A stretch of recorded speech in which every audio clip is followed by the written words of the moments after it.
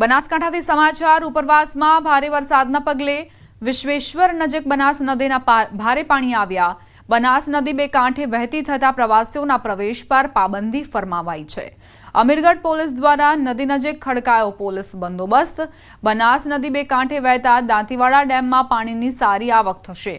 દાંતીવાડા ડેમની જળ સપાટી 579.75 પહોંચી છે। ડેમની ભયજનક સપાટી 604 મીટર છે। ડેમમાં 3590 ક્યુસેક પાણીની આવક થઈ રહી છે। દાંતીવાડા ડેમમાં પાણીની આવકના કારણે બનાસકાંઠાના ડીસા વિસ્તાર તેમજ પાટણ તાલુકાના અનેક ગામોના ખેડૂતોને ફાયદો થશે। 4 અલગ અલગ દ્રશ્યો તમારી ટેલિવિઝન સ્ક્રીન પર આપ જોઈ રહ્યા છો। ઉત્તર ગુજરાતમાં કઈ રીતે પાણીની આવક થઈ રહી છે આ દ્રશ્યો તેનો પુરાવો આપી રહ્યા છે। માઝમ નદી અરવલ્લીની માઝમ નદી જે છલકાઈ છે બે કાંઠે વહેતી થઈ છે। આ તરફ સાબરકાંઠાના હાથમતી ડેમની વાત કરીએ તો ડેમ છલોછલ ભરાઈ ચૂક્યો છે।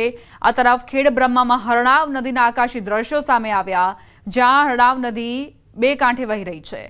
બનાસ નદીના પણ આ જ પ્રકારના દ્રશ્યો જુઓ। બનાસ નદી બે કાંઠે વહેતી થતા ખેડૂતોમાં ખુશીનો માહોલ જોવા મળી રહ્યો છે। બીજી તરફ તંત્રએ લોકોને અપીલ કરી છે કે તેઓ નદીના પટના વિસ્તારથી દૂર રહે।